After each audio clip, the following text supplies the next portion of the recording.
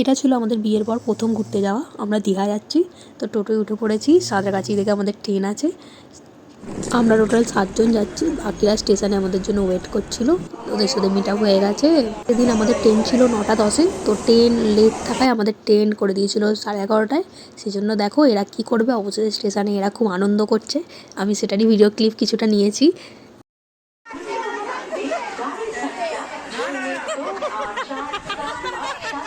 এই যে অবশেষে দীর্ঘ অপেক্ষার পর আমাদের ট্রেন এসে গেছে। আমরা এখানে সবাই একদম ফ্যামিলি মেম্বার যাচ্ছিলাম। আর ফ্যামিলির সাথে ঘুরতে গেলে যেমন মজা হয় ঠিক তেমনই মজাটা হচ্ছিল। আর তোমরা হয়তো বললে বিশ্বাস করবে না, হ্যাঁ আমি এই ফার্স্ট টাইম দীঘা যাচ্ছি, এর আগে আমি দীঘা যাইনি। এরা সবাই দীঘা অনেকবার ঘুরে নিয়েছে, আমার এটা ফার্স্ট টাইম, তো আমি অনেক এক্সাইটেড ছিলাম। আমরা মার্চে দীঘা গেছিলাম, তো দীঘায় তখনও জগন্নাথ মন্দিরের উদ্বোধন হয়নি। দীঘা স্টেশনের পাশ দিয়ে দেখো একদম জগন্নাথ মন্দিরের চূড়াটা দেখা যাচ্ছে। এরপর আমরা স্টেশনের সামনে থেকে গাড়ি নিয়ে নিই এবং আমাদের হোটেল আগে থেকেই বুক করা ছিল, তো আমরা সেই হোটেলে চলে যাই। আমরা ছিলাম নন্দী ভিলাতে। এটা আমাদের পাড়ারই একজনের হোটেল, তো আমাদের আগে থেকে বুক করা ছিল এই হোটেলটা। আমাদের ট্রেন লেট থাকায় আমরা অনেকটা দেরিতেই পৌঁছেছিলাম, 4টে মতো বেজে গেছিলো। তো আমরা একটু রেস্ট নিয়েই বেরিয়ে পড়েছিলাম, কারণ সমুদ্রে এসেছি, স্নান করবো না এটা হয়। আমরা সমুদ্রে নামার জন্য এতটাই এক্সাইটেড ছিলাম যে আমরা ট্রেন থেকে নেমে কিছু খাইনি পর্যন্ত। তো আমরা সমুদ্রের স্নান সেরে আমরা একটা হোটেলে যাই, যেখানে মোমো নিয়েছি আর দিদিরা চাউমিন নিয়েছে। তারপর আমরা বাটার চিকেন আর তন্দুরি রুটি খেয়েছি। খেয়ে আমরা বেরিয়ে পড়েছিলাম ঢেউসাগরের উদ্দেশ্যে, কারণ আমরা এখানে মোট 3 দিন থাকবো, তো তার মধ্যেই ঘুরে নিতে হবে সব। তো সেদিনকেই আমরা ঢেউসাগরে গিয়েছিলাম।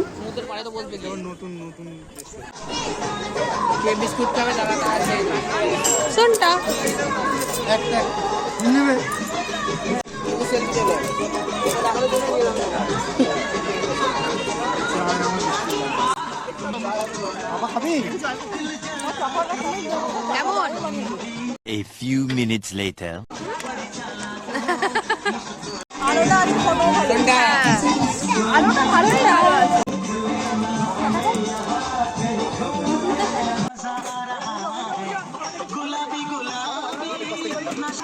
এই টার্কির আইসক্রিমটার দাম নিয়েছিল 100 টাকা, কিন্তু দুর্দান্ত খেতে ছিল। সত্যি বলতে আমি এতদিন আইসক্রিম খেয়েছি, কিন্তু এই আইসক্রিমটা মানে সব থেকে বেস্ট লেগেছে আমার খেতে।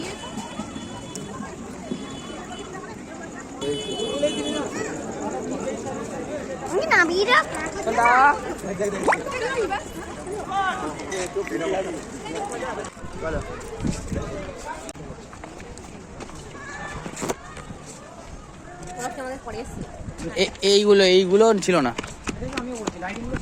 লাইটিংগুলো ছিল না। এখানে শান্তনু আর তনু রিলস বানাচ্ছিল, এরপরে আমরা রিলস বানাবো, তো সেই জন্য ওয়েট করছি। এই জায়গাটা এত সুন্দর ছিল, এখানে রিলসগুলো খুব সুন্দর আসছিল। তোমরা অবশ্যই দেখেছো আমার রিলসে। এই স্পটটা অনেকটা উঁচুতে ছিল, সেই যে কারণে প্রচণ্ড হাওয়া দিচ্ছিল। এখানে সোনটা ওর মামার পিঠে উঠে পড়েছে, মামাকে ও জিরাফ বানিয়ে দিয়েছে, জিরাফের সমান কিনা ওর মামা দেখছে সেটাই। এরপর হোটেলে ফিরে গিয়েছে, নাচ গান এসব হচ্ছিল। তো আজকের ব্লগটা এখান অবধি।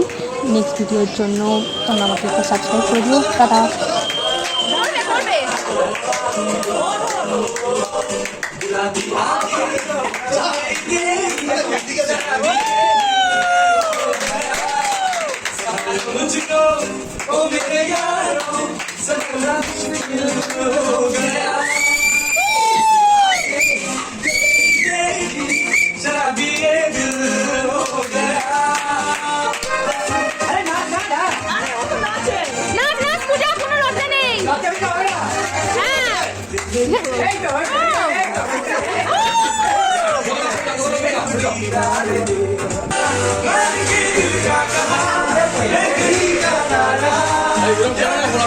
এটা ভালো হয়।